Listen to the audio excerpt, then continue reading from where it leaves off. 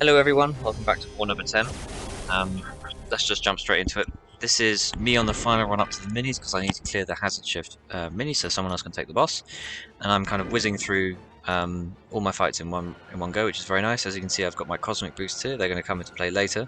And I'm a bit worried about my final fight, so I'm even using a big boy 30% boost here. More on that later. So we start out with a Nova here on kinetic transference. I'm using AA. This is a funny one because throughout this fight I never get a single poison on him from my block. And I think that might be an interaction between the two of them which is not stated in any of their abilities. Because I think AA might only put poisons when he blocks contact attacks, but the abilities do say block. He just needs to. It doesn't say when blocking a contact attack. The only Neuros I place this fight are from that special one. Because none of my other parries or blocks like here, not a single poison lands throughout the entire fight.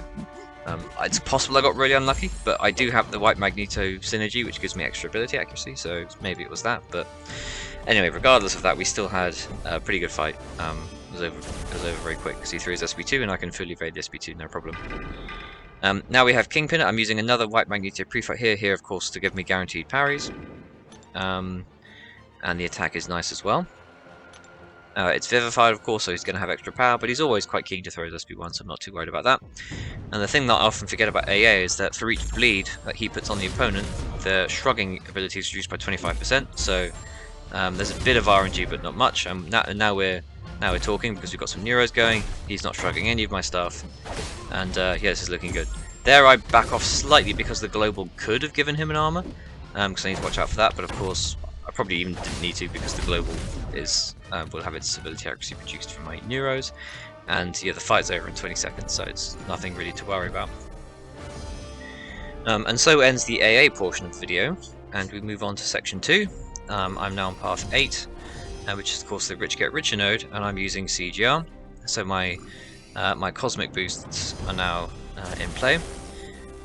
This is a Silver Surfer, a rank 4 one, of course. They've shoved him here just because, you know, he gains buffs, so I don't know, maybe someone might get unlucky and he goes to SB3, I don't know, but we're just gonna try and counter his buffs of their own and completely take him down with my ridiculous special chains. There I did trigger Dex because I wasn't expecting to throw heavy, which is slightly annoying, but as you'll see in a moment, when I use my light attack to get a power gain, I just use the SB2, and from look at that, the power gain I get back, even without the special precision buff, I still get plenty of power back. Push myself to an SB3 with the Rich Get Richer.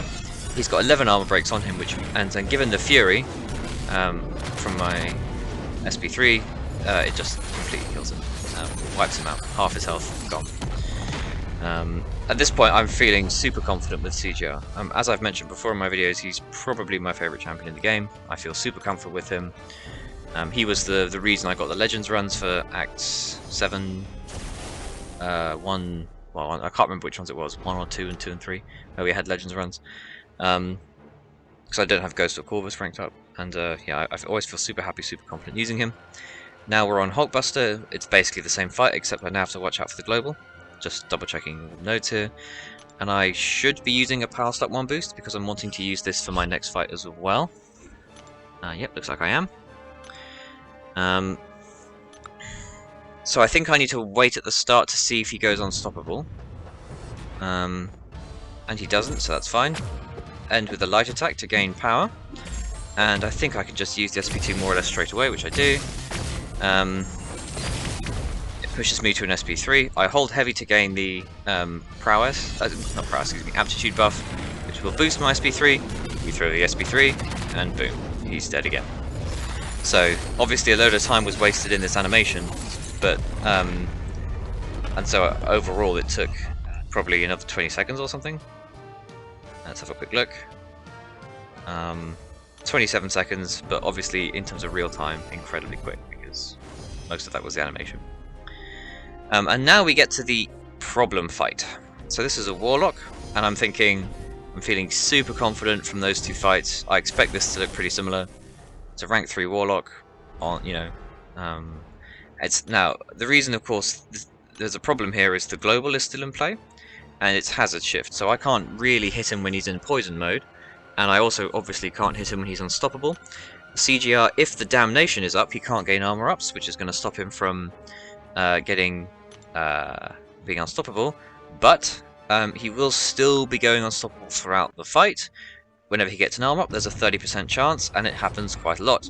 Here, he goes unstoppable at the beginning, and I make my first big mistake there when I trigger Dex. So now I can't get the big SP2, which is a real pain. So I throw it there. I do, quite a lot of damage. It's okay. I push myself up to an SP1 only. I chuck my SP1 here. I decide to risk getting poisoned. I get poisoned twice, which is annoying. And the reason I do that is because I want to gain another judgment on him, because I know I'm going to have to recycle pretty quick. Now I can punish, use a medium ending attack. It doesn't give me my damnation because of my reduced ability accuracy by 25% or something.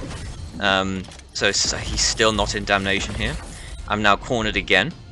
So he's still getting armor. Finally we get damnation because I throw my heavy. And I still can't hit him, so I'm basically still in the corner, desperately waiting, trying to evade his heavies. Get caught by that one, and of course it crits.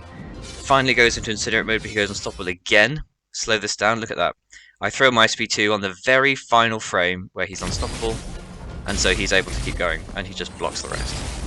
So this fight's kind of gone from bad to worse just because I get 3 or 4 hits in here, and I have to wait again. I have to hit into his block. Oh, he's unstoppable. Luckily he doesn't punish me. This fight just kind of went downhill from the start. He got unstoppable all the time. Well, not all the time, but a lot of the time. His heavy crit, and I lost my mobility accuracy, from the infection, which slowed me down. Now that was my fault there. I completely mistimed the SP1.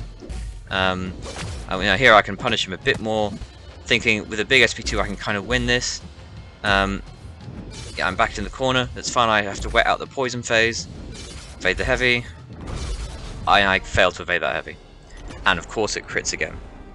So he hit me twice during that, and it did 40k damage across those 2 hits, and unfortunately, yeah, I died. So, as you can tell from my commentary, I'm pretty annoyed about that fight because, it is. I didn't see it as an RNG fight, but an awful lot of stuff went wrong in that fight. I know I can take him again, so I reboost my power start 1 and I heal up and all that stuff, and you'll see what happens here.